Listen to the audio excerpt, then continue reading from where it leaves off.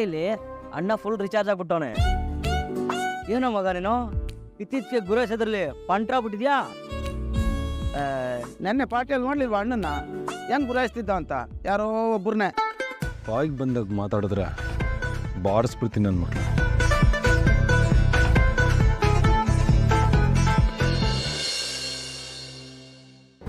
ಸಾಕ್ಷಿ, ಇಲ್ಲಿಗೆ ಯಾಕೆ ಬಂದಿದ್ದೀರಾ? ನನ್ನ ಮದುವೆನ ನುಂಗಿ ನೀರು ಕುಡ್ದಾಯ್ತಲ್ಲ, ಇನ್ನು ಏನು ಉಳಿದಿದೆ ಅಂತ ಕಿತ್ಕೊಳ್ಳೋದಕ್ಕೆ ಬಂದಿದ್ದೀರಾ? ಮುಗೀತಾ? ಇಲ್ಲಿ 1 ನಿಮಿಷ ಬಾಯ್ ತೆಗಿ. ಯಾಕೆ ತೆಗಿಯಮ್ಮ? ಕಂಗ್ರಾಚುಲೇಷನ್, ವಿಕ್ರಮ್ ಜೊತೆ ನಿನ್ ಮದುವೆ ಫಿಕ್ಸ್ ಆಗೋಯ್ತು.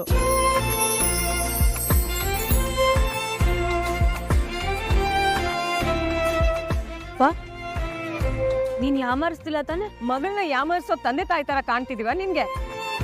ಅಮ್ಮ, ಸಂತೋಷ ಪಡ್ಬೇಕಾಗಿರೋ ಟೈಮಲ್ಲಿ ಯಾರಾದ್ರೂ ಕಣ್ಣೀರ್ ಹಾಕ್ತಾರೇನೆ?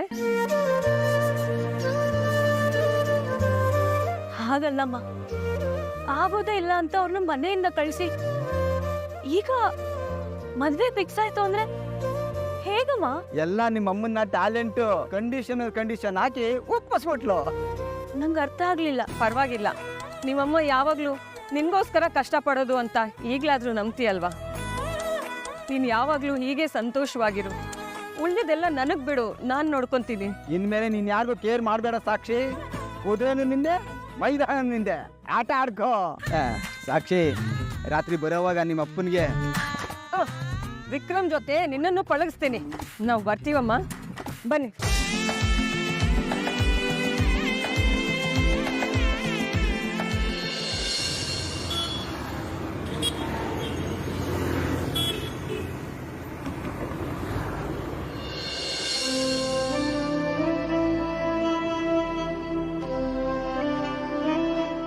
ಜಯ, ನೀನು ಮಾಡ್ತಿರೋದು ಸರಿ ಅಂತ ನಿನಗೆ ಅನಿಸ್ತಾ ಇದೆಯಾ?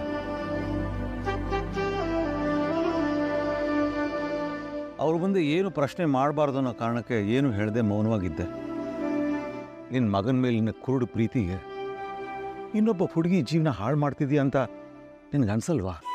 ಜೋಯಿಸ್ರು ಹೇಳಿದ್ದು ನಿಮಗೆ ಗೊತ್ತೇ ಇದೆ ಅಲ್ವಾ ರೀ? ನನ್ನ ಮಗನ ಜೀವ ಉಳಿಸೋದೆ ತಾಳಿ ಅಂತ ಹೇಳಿದ್ಮೇಲೆ ಅವನು ಮದುವೆ ಮಾಡಿದೆ ಇನ್ನೇನು ಉಳಿದಿದೆ ನನ್ನ ಹತ್ರ? ಜಯ ರೀ, ನೀವೇನು ಹೇಳಕ್ಕೆ ಹೊರಟಿದ್ದೀರ ಅಂತ ನನಗೆ ಗೊತ್ತು. ನನ್ನ ಮಗನ ಬಗ್ಗೆ ಏನೂ ಗೊತ್ತಿಲ್ಲದಿರೋ ಹುಡುಗಿನ ಕರ್ಕೊಂಡು ಬಂದು ಅವನ ಹತ್ರ 3 ಗಂಟೆ ಹಾಕ್ಸಿದ್ರೆ ಅದು ನೀವು ಹೇಳಿದ ಹಾಗೆ ಮೋಸ. ಆದರೆ ಸಾಕ್ಷಿ ಹಾಗಲ್ವಲ್ಲ ರೀ. ಚಿಕ್ಕ ವಯಸ್ಸಿಂದನೂ ವಿಕ್ರಮ್ನ ಪ್ರೀತಿಸಿರೋಳು. ಅವನೇನು ಅಂತ ಅವಳಿಗೆ ಚೆನ್ನಾಗಿ ಗೊತ್ತಿರೋಳು. ಎಲ್ಲದಕ್ಕಿಂತ ಹೆಚ್ಚಾಗಿ ವಿಕ್ರಮ್ನ ಬಿಟ್ಟು ಬೇರೆ ಯಾರ ಹತ್ರನೂ ತಾಳಿ ಕಟ್ಟಿಸ್ಕೊಳ್ಳಲ್ಲ ಅಂತ ಹಠ ಹಿಡ್ದಿರೋಳು. ಒಂದಿನ ಬದುಕಿದ್ರು ವಿಕ್ರಮ್ ಹೆಂಡತಿಯಾಗಿ ಬದುಕ್ತೀನಿ ಅಂತ ಸುಮಾರು ಸಲ ನನ್ನ ಹತ್ರ ಹೇಳಿದಾಳ್ರಿ ಅವಳು. ಈ ಸಂದರ್ಭದಲ್ಲಿ ಸಾಕ್ಷಿನ್ ಬಿಟ್ರೆ ವಿಕ್ರಮ್ಗೆ ಸರಿಯಾದ ಜೋಡಿ ಬೇರೆ ಯಾರೂ ಇಲ್ಲ ರೀ. ದಯವಿಟ್ಟು ರೀ, ನಿಮ್ಮ ಹಠನ ಬಿಟ್ಟು ಪರಿಸ್ಥಿತಿನ ಸರಿಯಾಗಿ ಅರ್ಥ ಮಾಡ್ಕೊಳ್ಳಿ. ಸರಿ, ನಿನ್ನ ಇಷ್ಟದಂತೆ ಆಗಲಿ. ಆದರೆ ಹಿಂದೆ ಮುಂದೆ ಯೋಚನೆ ಮಾಡಿದೆ ಅವ್ರು ಎಲ್ಲ ಕಂಡೀಷನ್ಗಳಿಗೂ ಒಪ್ಪಿ ಮಾತು ಕೊಟ್ಬಿಟ್ಟಿಯಲ್ಲ, ಅದನ್ನು ನಿನ್ನಿಂದ ನೆರವೇರ್ಸೋಕ್ಕಾಗತ್ತಾ? ಅದು ವಿಕ್ರಮ್ನ ನಂಬ್ಕೊಂಡು. ನನ್ನ ಮಗ ನನ್ನ ಮಾತನ್ನು ಕೇಳ್ತಾನೆ ರೀ. ಒಂದು ಕಾಲದಲ್ಲಿ ನಾನು ಹೀಗೆ ನಂಬಿ ಏಮಾರ್ದವನು. ಆದರೆ ಈ ವಿಷಯದಲ್ಲಿ ಹಾಗಾಗಲ್ಲ. ಅತಿಯಾದ ಆತ್ಮವಿಶ್ವಾಸ. ಅದೇನೇ ಆಗಲಿ ರೀ, ಒಂದು ಕ್ಷಣ ನೀವು ಯೋಚನೆ ಮಾಡಿ, ನಮ್ಮ ನಂತರ ನನ್ನ ಮಗ ಏನಾಗ್ತಾನೆ ಅಂತ. ನಾವಿರೋವರೆಗೂ ಮಗ ಅನ್ನೋ ಮಮಕಾರದಿಂದ ನೋಡ್ಕೋತೀವಿ. ನಮ್ಗೇನಾದ್ರೂ ಆದ್ರೆ ಅವನು ಒಂಟಿ ಮರ ಆಗಲ್ವೇನ್ರಿ? ಅದಕ್ಕೆ ರೀ, ಒಬ್ಬ ತಾಯಿಯಾಗಿ ನನ್ನ ಪ್ರಯತ್ನನ ನಾನು ನಿಷ್ಠೆಯಿಂದ ಮಾಡ್ತಾ ಇದ್ದೀನಿ. ಸರಿ ಜಯ, ನೀನು ಅನ್ಕೊಂಡ ಹಾಗೆ ಎಲ್ಲ ನಡೆದು ಅವನ ಬದುಕು ಸರಿ ಹೋದರೆ ಇನ್ನಷ್ಟೇ ನನಗೂ ಸಂತೋಷನೇ. ಆದರೆ ಈ ಮದುವೆ ವಿಷಯದಲ್ಲಿ ನನಗೆ ಆಸಕ್ತಿನೂ ಇಲ್ಲ, ಇಷ್ಟವೂ ಇಲ್ಲ. ಆದರೆ ನಿನಗೋಸ್ಕರ ನಾನು ನಿನ್ನ ಜೊತೆ ನಿಲ್ತೇನೆ.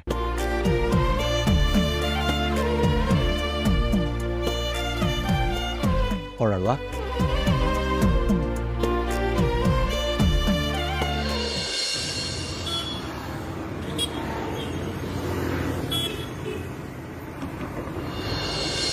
ಅಣ್ಣ ಅಣ್ಣ ಓ ಅಣ್ಣ ಪಾರ್ಟಿ ಮುಡ್ಬೋದ ಅಂತ ಕಾಣುತ್ತೆ. ಇನ್ನೇನು ಸಾಂಗು ಡ್ಯಾನ್ಸ್ ಅಷ್ಟೇನೆ.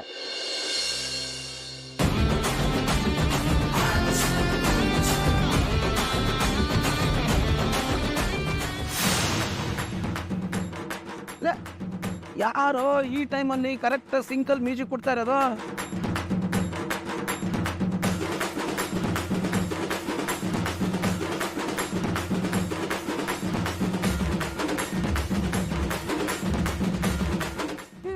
ಹೇಗಿದ್ದೀರಾ ಮಿಸ್ಟರ್ ಗಂಡ? ಏನೋ ಮಿಸ್ಟರ್ ಗಂಡನ?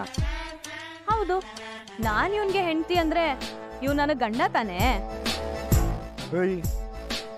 ಬಾಯಿ ಬಂದಾಗ ಮಾತಾಡಿದ್ರೆ ಬಾಯಿ ಮೇಲೆ ಬಾರಿ ಆಗ್ತೀನಿ ಕಡೆ. ಯಾಕೆ ಕೋಪ ಮಾಡ್ಕೋತೀಯ ಮಿಸ್ಟರ್ ಗಂಡ? ನಾನು ನೀನು ಎದುರು ನೋಡ್ತೀವಿ, ಟೈಮ್ ಇವಾಗ ಬಂದಾಯ್ತು. ಅದಕ್ಕೆ ತಾನೇ ನಮ್ಮಿಬ್ರಿಗೂ ಮದ್ವೆ ಆಗ್ತಿರೋದು. ಏಯ್ ಟೆಂಪರ್, ಹುಚ್ಚಾಸ್ಪತ್ರೆ ಒಂದು ಫೋನ್ ಮಾಡ. ನಮ್ಮ ಸಾಕ್ಷಿನ ಈ ಸ್ಥಿತಿಯಲ್ಲಿ ನೋಡೋಕ್ಕಾಯ್ತಾ ಇಲ್ಲ ನನಗೆ. ಅಲ್ವಾ ಪಾಪ ಸಾಕ್ಷಿ. ಸರಿ, ಹಾಸ್ಪಿಟಲ್ ನಂಬರು ಗೂಗಲ್ ತಾನೇ ಕೇಳು, ಹೇಳುತ್ತೆ. ಹೌದು ಹೌದು, ಖಂಡಿತ ಫೋನ್ ಮಾಡಿ ಕರ್ಸಿ. ನಿಮ್ಮೆಲ್ರಿಗೂ ಟ್ರೀಟ್ಮೆಂಟ್ ಆಗ್ಲೇಬೇಕು.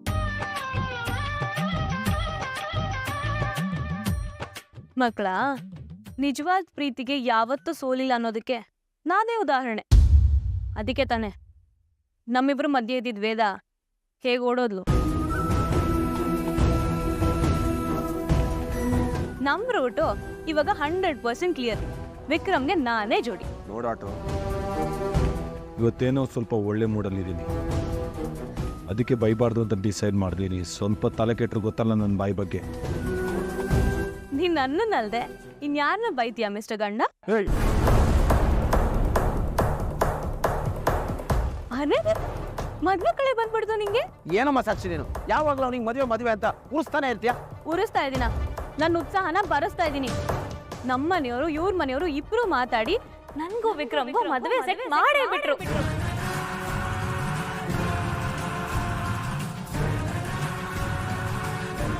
ಏಯ್, ಏನೇ ಹೇಳ್ತಿದ್ಯಾ?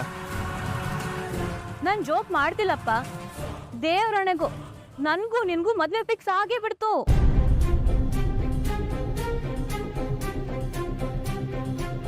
ಏ ಹಲೋ, ಎಲ್ಲ ಹೋಗ್ತಿದ್ಯಾ?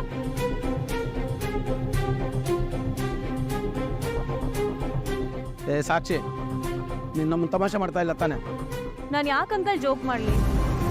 ಎಷ್ಟು ವರ್ಷದ ಕನ್ಸು ಇವಾಗ ನನ್ಸಾಗ್ತದೆ. ನನ್ ಮದ್ವೆ ಬಗ್ಗೆ ನೆನೆಸ್ಕೊಂಡ್ರೆ ನಂಗೊಂಥರ ಅನ್ನಿಸ್ತಿದೆ. ಪರವಶನಾದೆನು.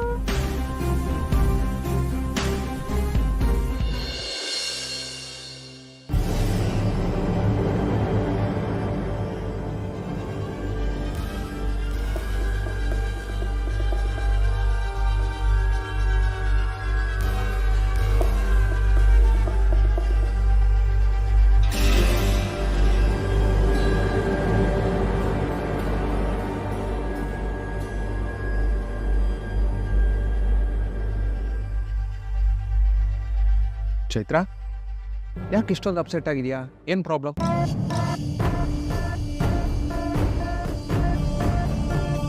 ಚೈತ್ರ, ಹಿಂಗೆ ಸೈಲೆಂಟ್ ಆಗಿದ್ರೆ ನನಗೇನು ಗೊತ್ತಾಗುತ್ತೆ? ಮಾತಾಡು. ನೋಡು, ಯಾವುದೇ ಪ್ರಾಬ್ಲಮ್ ಆಗಿರಲಿ ಅದಕ್ಕೊಂದು ಸೊಲ್ಯೂಷನ್ ಅಂತ ಇದ್ದೇ ಇರುತ್ತೆ. ಹೇಳು, ಏನು ವಿಷಯ? ನಾಳೆ ನಮ್ಮ ಪ್ರೀತು ಬರ್ತಡೇ ರೀ.